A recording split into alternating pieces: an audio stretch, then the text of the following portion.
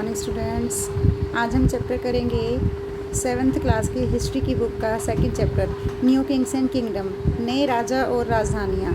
जो नए नए राजा बने और उनके राज्यों के बारे में हम इस चैप्टर में पढ़ेंगे। Many new dynasties emerged after the 17th century. 17वीं शताब्दी के बाद काफ़ी सारी नई नई राजधानियाँ जो थी उभर कर सामने आई। अब जो मैप 1 है इसमें शो हो रही हैं जो मेजर रूलिंग डायनेस्टीज थी, जो उस टाइम पर मेन डायनेस्टीज़ थी, वो सब यहाँ पर शो हो रही है। देखिए कौन कौन सा जो ये जो ऑरेंज कलर से बाउंड्रीज बनी हुई है और इसके बीच में जो राजाओं के नाम दिए गए हैं, एरिया है कि इन एरियाज़ में इन पर्टिकुलर राजाओं ने रूल किया। अब जैसे यहाँ पर है ये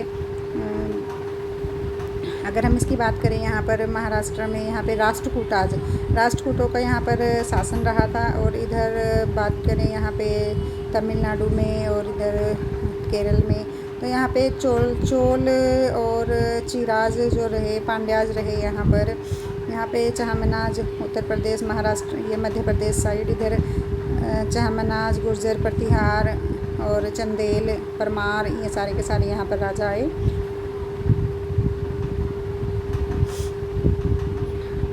the emergence of new dynasties, जो नई डायनेस्टीज़ बनी उनका जो एमरजेंस था, उनकी उत्पत्ति थी, वो कैसे हुई। By the 17th century there were big landlords of or warriors. 17th century में बड़े बड़े लैंडलॉर्ड, ज़मींदार हुआ करते थे और योद्धा हुआ करते थे, चीफ योद्धा, जिनको मेन जो योद्धा होते थे, वैरियर चीफ बोलते थे उनको, in different regions of the sub continent.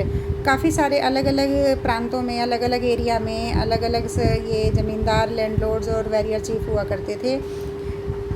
Existing kings often acknowledged them as their subordinate or सामंताज। तो जो उस टाइम पे राजा हुआ करता था उस पर्टिकुलर एरिया का, उन बड़े बड़े ज़मींदारों को वो सबऑर्डिनेट या सामंत कहा जाता था उस टाइम पे। They were expected to bring gift for their kings और ओवरलॉर्ड्स।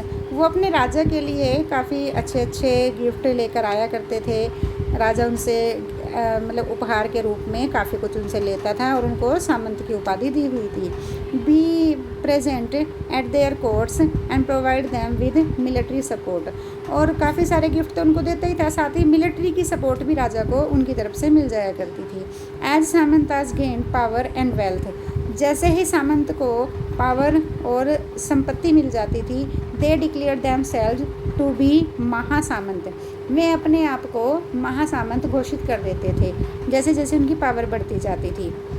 या mahamandaleshwar, the great lord of circle of region, एक पर्टिकुलर एरिया का जो राजा होता है, ग्रेट लॉर्ड होता है, वो अपने आप को महासामंत या महामंडलेश्वर कहलवाते थे। एंड सो ऑन, और भी इस तरह के कुछ उन्होंने नेम वगैरह रखे होंगे। Sometimes they asserted their independence from their overlords. और कई बार वो क्या करते थे कि जो उनके ऊपर राजा होता था, जिसके राज्य में वो लोग होते थे, उनसे अपने एरिया को अलग कर लेते थे, अलग से अपना शासन चलाते थे वो। One such instance was that of the Rashtrakutas in Deccan. Deccan में राष्ट्रकूट थे, उन्होंने भी कुछ ऐसे ही किया। Initially they were subordinate to the Chalukyas of Karnataka.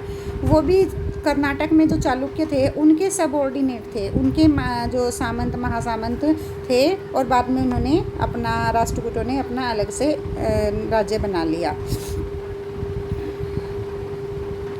In the mid-18th century, Dantidurg, a Rashtrakoot chief, overthrew his Chalukya overlord and performed a ritual called Hiranyagarbha.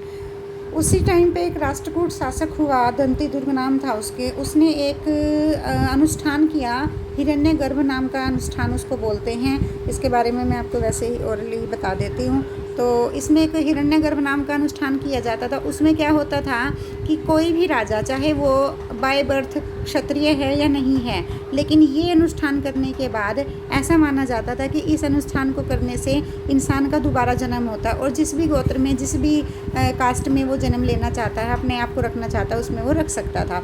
तो जो दंतीदुर्ग था, पहले वो एक राष्ट्रकूट शासक था, बाद में वो क्षत्रिय बना ये हिरण्यगर्भ अनुष्ठान करने के बाद।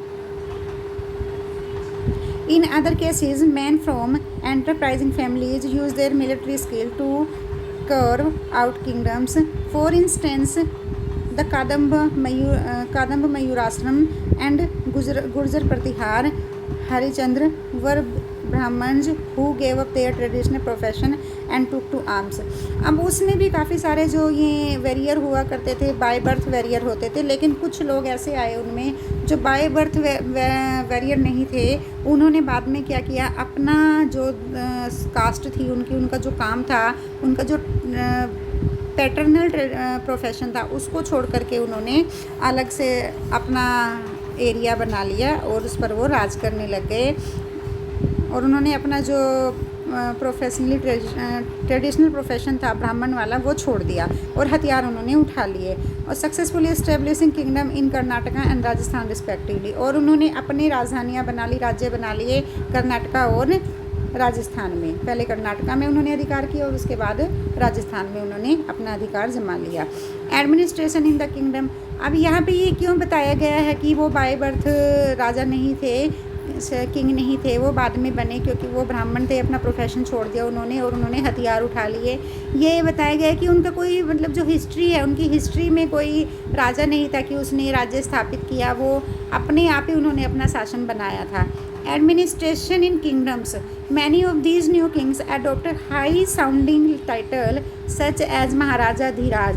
अब उसमें से बहुत सारे राजा ऐसे थे जो नए राजा बने, उन्होंने अपने आप को एक टाइटल दिलवाया कि जैसे थोड़ी सी रेपुटेशन अपनी बढ़े, उससे एक टाइटल उन्होंने अपने लिए रखवाया, महाराजा Dhiraj.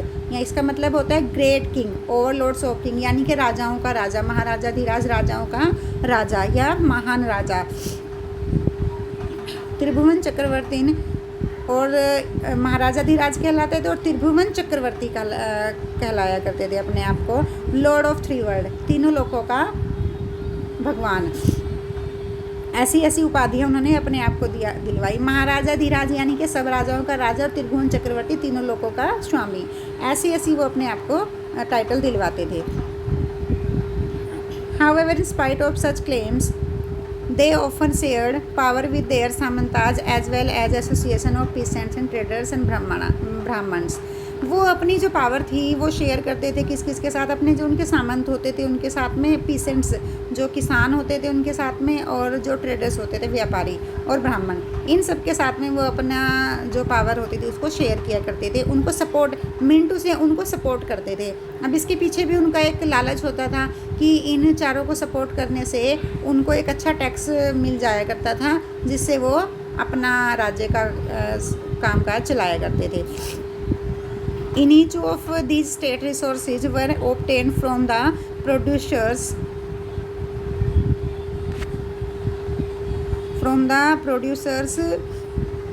that is peasants, cattle keeper, Asians, artisans, who were often persuaded or compelled to surrender part of what they produced।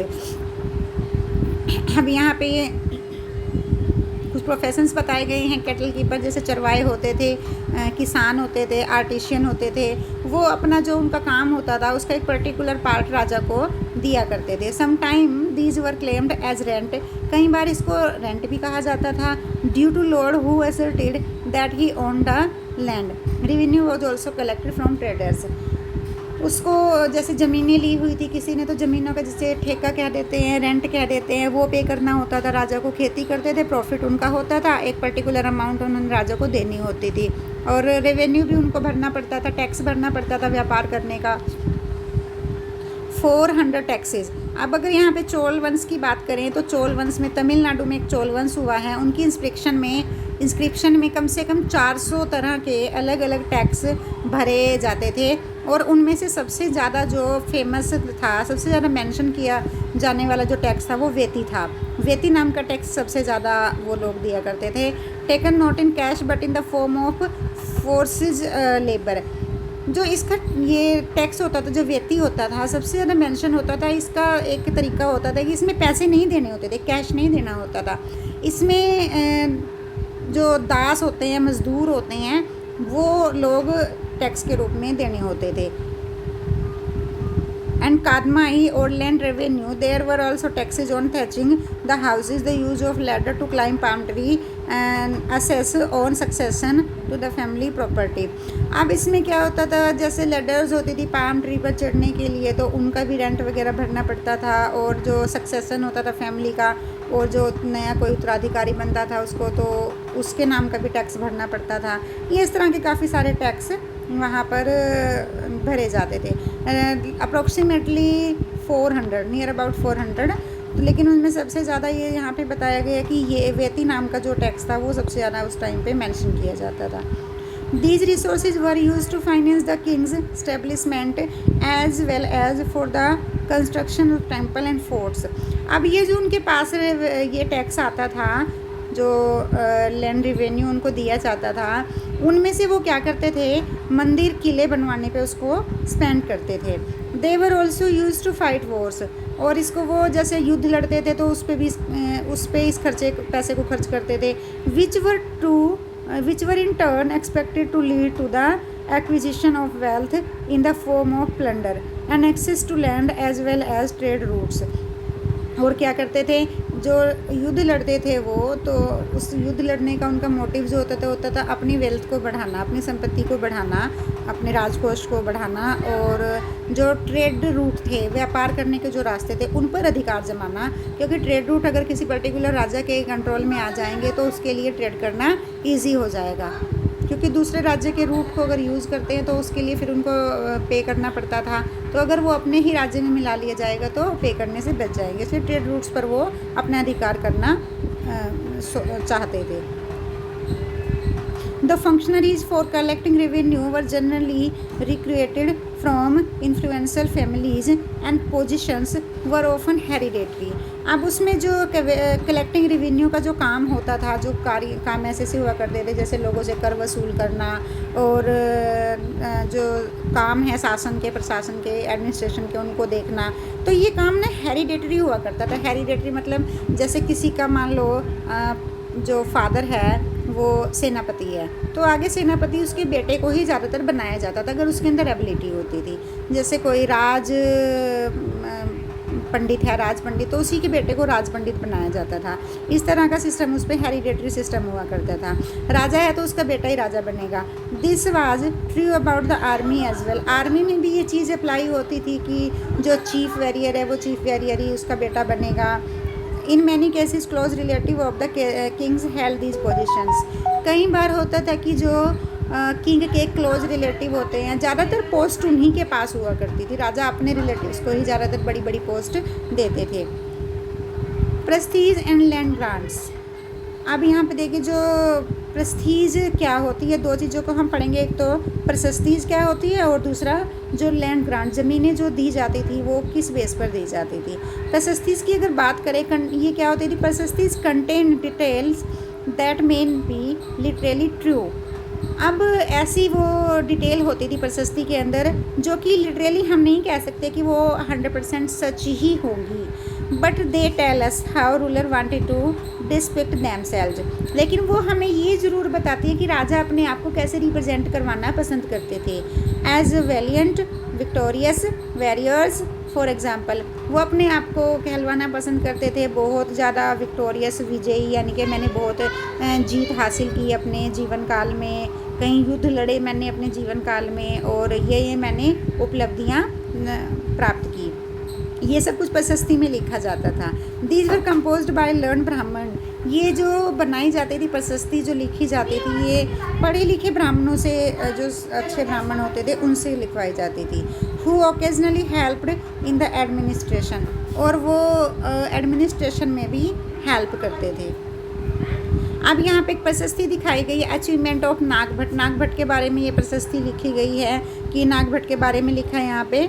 Many rural describe their achievement in प्रशस्ति। यू रीड अबाउट द प्रशस्ति in the गुप्त ruler Samudragupta last year हमने समुद्रगुप्त की प्रशस्ति पढ़ी है। गुप्त साम्राज्य का राजा था जो। One prashasti written in Sanskrit and found in Gwalior. एक प्रशस्ति जो संस्कृत में लिखी गई है वो ग्वालियर में पाई गई, मध्य प्रदेश ग्वालियर में। Describe the exploits of Nagabhata. वो नागभट्ट के राज्य के बारे में, उसके नागभट्ट का जो कैरेक्टर था उसको शो करती है। और प्रतिहार किंग, एक प्रतिहार किंग था, प्रतिहारों का एक राजा था नागभट्ट, उसके बारे में वो बताई गई है। अब देखिए यहाँ पे उसके बारे में क्या लिखा गया प्रशस्ति में। He won a victory over over Chakrayudha the ruler of Kannauj. Chakrayudha था एक, कन्नौज का जो रूलर था उसने उस पर विजय प्राप्त की। He defeated the king of Vanga, Bengal का जो पार्ट है वंगा, उसमें उसने एक राजा को हराया। अनारता पार्ट है गुजरात का एक पार्ट है अनारता। मालवा मध्य प्रदेश का पार्ट है। किराता ये एक जंगली इलाका है, जंगली जो जनजातियाँ रहती है उनका एरिया था। तुरुष्का जो तुर्क होते हैं वो लोग। वत्स मत्सा बोथ किंगडम्स इन नॉर्थ इंडिया। तो ये सारी चीज़ें बताई गई कि उसने जो ये नागभट्ट था उसने किन किन राज्यों पर अपना अधिकार जमाया था, ये सारे उसके बारे में बताया गया। क्या क्या उसने विजय प्राप्त, कहाँ कहाँ उसने विजय प्राप्त की थी। King often rewarded Brahmans by grant of land. और जो ये ब्राह्मण होते थे राजा, उनको अक्सर ज़मीनें दान में दिया करते थे। These were recorded on copper plates. और उनका जो रिकॉर्ड था एक कॉपर प्लेट पर मेंशन किया जाता था। देखिए ये कॉपर की प्लेट है, इन पे कुछ लिखा हुआ है, ये रिकॉर्ड रखा जाता था। जिस भी ब्राह्मण को राजा ने ज़मीन डोनेट की होती थी वो उसका रिकॉर्ड सारा इन कॉपर प्लेट पर मेंशन करवा लेते थे। Which were given to those who receive the land. अब उसमें क्या क्या दिया जा रहा है और ज़मीन किसको दी जा रही है, ये सब कुछ उसमें एक कॉपर प्लेट पर मेंशन होता था।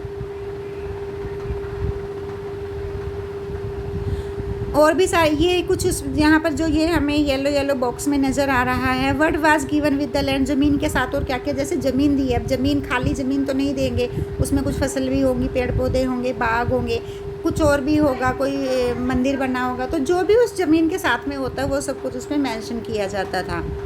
Unusual for the 12th century was a long Sanskrit poem containing the history of king who ruled over Kashmir। अब एक हम यहाँ पर एक पोयम है, कविता है, संस्कृत की एक बहुत बड़ी कविता है। उसमें जो कश्मीर का राजा है, उसने जब कश्मीर पर राज्य किया तो उसकी पूरी हिस्ट्री उसमें लिखी गई है। It was composed bye an author named Kalhana. एक ऑथर है उसका नाम है कल्हण, नाम का कवि हुआ है, उसने ये पोयम लिखी है कश्मीर के राजा के बारे में। ही used A variety of sources. उसने काफ़ी सारे सोर्सेज में यूज़ किए हैं पोएम को लिखने में, इंक्लूडिंग इंस्क्रिप्शंस। उसने इंस्क्रिप्शन को यूज़ किया, जो राजा के टाइम की इंस्क्रिप्शन उसको मिली, उन इंस्क्रिप्शंस को यूज़ करके उसने वो पोएम लिखी है। डॉक्यूमेंट्स को यूज़ किया है। आई विटनेस, जो उस राजा के टाइम के जो लोग थे, उन जिन्होंने उस राजा को देखा है, उनसे बातचीत करके, they are called eye witness. उनको आई विटनेस कहा जाता है जिन्होंने राजा को अपने आंखों के सामने देखा है और उस टाइम पे जो कुछ भी घटनाएं हुई उनके वो गवाह हैं। तो इन सब से मिलाकर उसने ये सारे रिसोर्सेज को की हेल्प लेके उसने कश्मीर के राजा के बारे में एक पोएम लिखी संस्कृत में। अनलाइक द राइटर्स और प्रशस्तीज। अब ये जो प्रशस्तीज की हम बात करें तो प्रशस्तीज से बिल्कुल डिफरेंट थी, क्योंकि प्रशस्तीज में सिर्फ राजा की जो बड़ाइयाँ होती थी वो की जाती थी, जबकि इसमें पोएम में ऐसा कुछ नहीं है। इसमें जो एक्चुअल था वो लिखा गया था, क्योंकि राजा को तो पता भी नहीं था कि मेरे बारे में ऐसा कुछ लिखा जा रहा है कि बढ़ा चढ़ा के लिखा जाए। जो एक्चुअल था वही उसने उसमें लिखा। He was often critical about rulers and their policies. तो ये जो था राजा की जो पॉलिसीज़ थी उनको क्रिटिसाइज़ भी कर सकता था, ज़रूरी नहीं कि उनकी तारीफ़ ही करेगा। जो कमियां थी वो कमियां बताई गई थी उसमें, उनकी जो पॉलिसीज़ थी उनमें जो अच्छी बातें थी वो अच्छी बताई गई और जो कमी थी वो कमी बताई गई। Welfare for wealth. अब अपनी जो संपत्ति होती थी, वेल्थ होती थी, उसके भले उसको बढ़ाने के लिए, उसको इंक्रीज़ करने के लिए क्या कुछ वहाँ पे किया जाता था। You may have notice that each of these ruling dynasties was based in a specific region. अब जैसे कि हम लोगों ने इतना पढ़ते आ रहे हैं, हम पीछे से हमने एक चीज़ नोटिस की है कि ये जो भी राजा हुए हैं तो ये किसी न किसी एक पर्टिकुलर एरिया पर अपना इन्होंने रूल किया है। At the same time they try to control other area. तो अपने राज्य पर तो राज कर ही रहते हैं, लेकिन उसी टाइम ये दूसरे राज्यों पर कंट्रोल करने के बारे में भी सोचते रहते थे। One particularly prized area was the city of Kannauj in the Ganga valley. अब जैसे गंगा वैली की बात करें, गंगा घाटी का एरिया है कन्नौज सिटी है, तो वो काफ़ी प्रोस्पेरियस एरिया माना जाता था उस टाइम पे। The countries ruler belonging to the Gurjara Pratihara, Rashtrakuta and Pala dynasties. अब 3 डायनेस्टीज़ के राजा थे, गुर्जर प्रतिहार, राष्ट्रकूट और पाल डायनेस्टी। तीनों के 3 क्या थे, उस पर कंट्रोल करना चाहते थे। अब उसके लिए तीनों लड़ रहे थे आपस में, अब जो जीतेगा वो उसको मिलेगा। तो इसको क्या कहा जाता, 3 पार्टीज़ के बीच में जो ये लड़ाई चल रही थी तीनों पार्टी की, इसको कहा गया था ट्री पार्टीड स्ट्रगल। तीन पार्टियों का जो लड़ाई होती थी उसको ट्रिपार्टी स्ट्रगल कहा गया है यहाँ पर। As we will see, ruler also try to demonstrate their power and resources by building large temples. जैसे कि हम लोग देख ही सकते हैं कि जो राजा होते हैं वो अपनी जो प्रोस्पेरिटी होती थी उनकी, उसको डेमोन्स्ट्रेट करने के लिए, अपनी पावर को डेमोन्स्ट्रेट करने के लिए वो बड़े बड़े मंदिर बनवाया करते थे। So when they attacked one another kingdoms they often choose to target temple. अगर वे एक दूसरे बंदे पर उन्होंने अटैक करना होता था तो वो टेम्पल को टारगेट करते थे, क्योंकि राजा की जो प्रोस्पेरिटी है वो सारी टेम्पल में होती थी और वो टेम्पल पे ही अटैक करना प्रायोरिटी पे रखते थे कि किसी राजा को हराना है तो उसके टेम्पल पे अटैक करो सीधा। विच वर समटाइम्स एक्सट्रीमली रिच, क्योंकि उस टाइम पे टेम्पल बड़े अमीर हुआ करते थे, मूर्तियाँ सोने की होती थी, वहाँ का जो डेकोरेशन होती थी, इंटीरियर होता था वो सारा गोल्ड का होता था, काफ़ी सारा गोल्ड वहाँ के उसमें राज खजाने में, मंदिर के कोष में हुआ करता था। तो इस तरीके से वो मंदिर काफ़ी प्रोस्पेरियस होते थे।